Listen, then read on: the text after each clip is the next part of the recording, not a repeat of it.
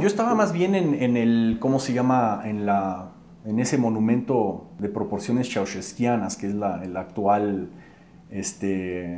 ¿cómo se llama? Los cuarteles del PAN, ahí en Popocatépetl y Coyoacán. Entonces estaba bajo construcción el edificio, no lo habían terminado. Todavía estábamos trabajando desde una casita en Ángel Urría. Pero ahí, eso lo abrieron y en Sacramento, ¿no? La casa de campaña y la del PAN, que eran chiquititas.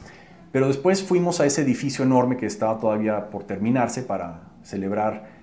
Y había unas pantallas ahí y todo el día, era un día de hecho muy intenso. Y qué bueno que preguntó, porque ese día yo creo que yo hice el 20 o el 30% del trabajo internacional ese día. Porque me tocó un incidente que fue mandado por Dios, que yo creo que descarriló los planes que tenía Ernesto Zedillo para hacer fraude o no. Yo creo que Ernesto Zedillo es una figura que no ha sido suficientemente estudiada tampoco, porque la impresión que yo tengo es que él resistía los duros del PRI que le decían tenemos que hacer fraude a cualquier costo. Yo creo que Zedillo les respondió vamos a hacer fraude, pero solamente si el costo es bajo. El chiste era subirle los costos y lo hicimos de 3 formas y las 3 vinieron del extranjero. Una de ellas era con la encuesta de salida, esa enorme, de Democracy Watch. Democracy Watch era una organización que fundó Rob Allen, el que acaba de escribir un libro con Fox y que estaba con nuestro equipo. Lo trajo Juan Hernández, de hecho, Rob Allen, un consultor principalmente de candidatos republicanos. Y lo que se les ocurrió fue, bueno, como van a hacer encuestas la CIRT y ¿me entienden? El sistema, ¿no? Estas encuestas pues no valen para nada más que para darle el espaldarazo al fraude. Entonces decidió él contratar a los encuestadores de Bill Clinton, ninguna broma, ¿cómo se llama? Que se llamaban Penn, Schoen, Berland, Penn, Schoen, contratarlos para que hagan una encuesta de $1 billón, literalmente costó esa encuesta, que financiaron algunos empresarios mexicanos, pero a través de esto de Democracy Watch. Porque una cosa que se notó, y esta, ¿cómo se llama? Esta twist legal lo presentó Germán, el del PAN, el que después hizo jefe del PAN. Entonces era un abogado del PAN, se llamaba Germán Martínez, ¿no? Entonces creo que él es el representante del PAN en el IFE. Y él lo que dijo es, no, el IFE dice que la gente tiene que, porque la Bastida se enojó, obviamente, ¿no? Como que una encuesta de extranjeros vienen los imperialistas a México y bla, bla, bla, bla, ¿no? Pero las reglas del IFE eran muy claras, decían que uno tenía que divulgar quién financiaba a las encuestas de salida, pero no decía la ley quién tiene, tener que divulgar a los que financian los financiadores de estas encuestas. Entonces, por eso se fundó Democracy Watch. ¿Quién financia esto? Democracy Watch, que es una organización neutral en Estados Unidos, un ONG, pero eso sí, la ley no obligaba a divulgar quién financiaba a Democracy Watch. Era un pequeño defecto en la ley. Entonces, afortunadamente, nunca tuvimos que divulgar las fuentes, porque esos empresarios temían que el PRI, si ganaba la Bastida, pues los iba, ¿no? Entonces se hizo esa encuesta de salida y muy profesional en toda la República, y esa fue la que yo creo que cuando vio Zedillo que estaba 7 puntos adelante Vicente Fox, decidió pues esto va a ser muy difícil. Si hubiera estado ganando o perdiendo por 1 punto, 0 puntos, así, entonces yo creo que se hubiera inclinado hacia el fraude. Porque la máquina del fraude, de hecho, él la tenía preparada, pero nunca la prendió, nunca autorizó que se prendiera. Sin embargo, varios priistas se fueron con la finta de que la iba a prender. Por eso cuando oye uno a algunos priistas hablando esa noche contra Zedillo, de que él nos traicionó, se sentían como cuando un gángster entrega toda su pandilla a la policía, ¿no? Pero era nuestro jefe, era el jefe de los gángsters, ¿cómo se atreve a entregarnos? Muchos pensaban que Zedillo iba a hacer el fraude, porque yo creo que Zedillo no se decidió, sino hasta el último minuto, no hacerlo. La otra cosa que vertebramos desde el extranjero, que fue, yo creo que épica, y esto me tocó el 2 de julio, fue una cosa dramática. Yo ya creo en la intervención divina gracias a este incidente. Y ese incidente casi no se supo, pero si hubiera ganado la Bastida, se hubiera sabido en todo el mundo. Fue un incidente en Campeche, donde gobernaba un priista llamado Curi o algo así, que tenían ahí una casa mapache llena de tarimas de boletas falsas, o sea, tarimas. ¿Saben lo que es eso? Cuando una fábrica tiene una tonelada de producto, lo pone sobre tarimas y viene ¿cómo se llama? Un vehículo que los alza así. Tarimas en una bodega de boletas falsas marcadas PRI, con listas falsas, ya todo listo para usarse. Resulta que era uno de 22 centros a nivel nacional, después se descubrió. Una cosa, pero única, literalmente. Es muy difícil seguir el drama de esto, pero el suegro de Carlos Salazar, Rocco Buttiglione, una de las figuras principales de la Unión Europea y seguro de Italia principalmente, México, como ustedes saben, los presidentes siempre quieren dejar un legado atrás, ¿no? El legado de la playa. Antes era de moda dejar una playa. Echeverría dejó Cancún, Miguel Alemán dejó Acapulco, López Portillo dejó Ixtapa, Miguel de la Madrid quiso Huatulco, aunque nunca pifó como los otros, pero bueno, después de Salinas se puso de moda dejar un tratado de libre comercio, ¿no? Entonces Salinas, pues el TLC de América del Norte, wow, ese es mi legado, ¿no? Zedillo pensó, bueno, ¿cuál va a ser el mío, no? Entonces se acuerdan de toda la propaganda estúpida que recibíamos en la televisión a diario de que México, Europa, unidos en un destino común. O sea, tipo es propaganda de Brezhnev, o sea, ¿qué es eso, no? Bueno, pues firme su cochino tratado y ya, ¿no? Pero no, Zedillo quería que eso fuera su legado personal, el tratado, que era más que eso, era un tratado de asociación con la Unión Europea. Pero la Unión Europea requería que tú fueras una democracia para firmar un tratado de asociación.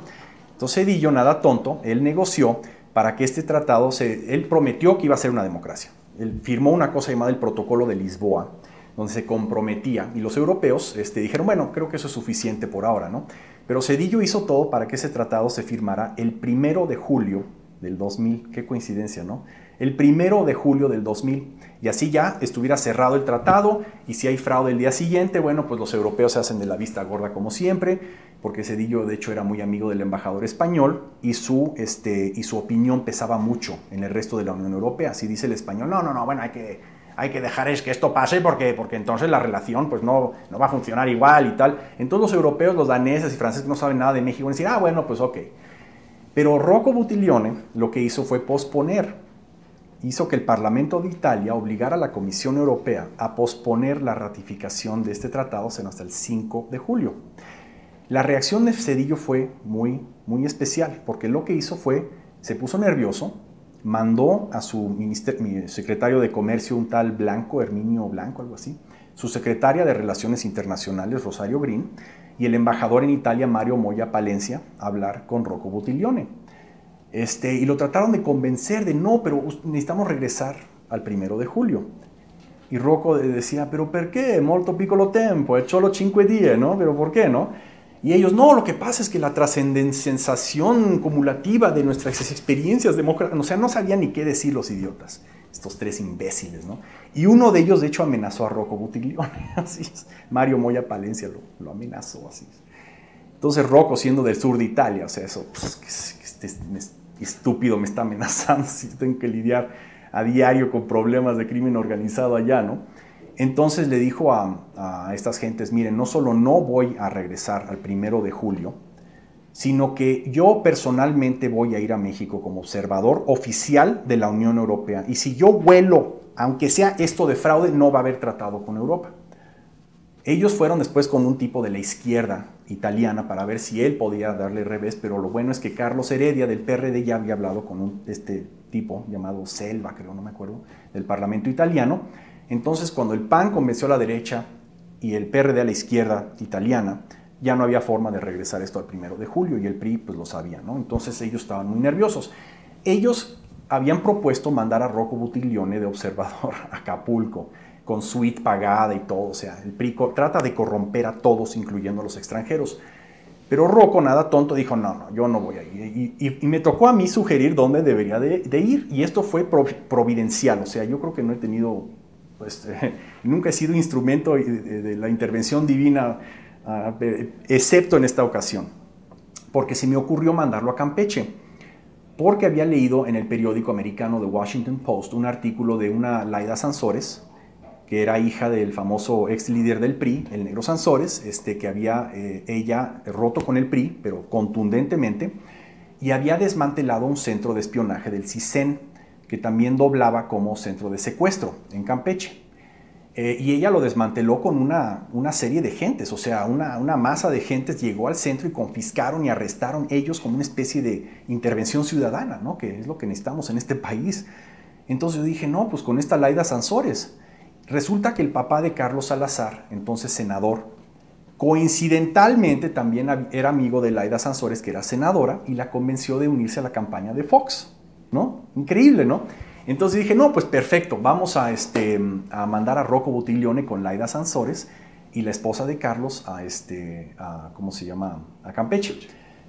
Justo cuando yo estaba recibiendo al expresidente Jimmy Carter en la casa de campaña, me entró una llamada de emergencia porque resulta que una masa de priistas con tubos empezaron a agredir a esta comitiva de Laida Sansores, de Rocco Buttiglione, porque ellos descubrieron la casa Mapache, de la que me refería antes, que tenía toneladas de boletas falsas. Y ¿cómo se llama? Ellos habían tomado fotos, descubrieron todo esto infraganti, pero después yo creo que el gobernador local no sabía lo que estaba en juego y les mandó ahí unos pelados para romperle los vidrios. Y todo esto se dio en vivo a través de mi teléfono. Yo le dije al presidente, mire, Mireya Domínguez, que era una persona muy valiosa que teníamos ahí, ¿lo va a asistir, señor presidente? Yo me tengo que ir corriendo a donde estaba la sala de prensa. Y estaba toda la prensa así con cámaras, o sea, pero nada más estaban esperando al santo advenimiento, ¿no? De la noche.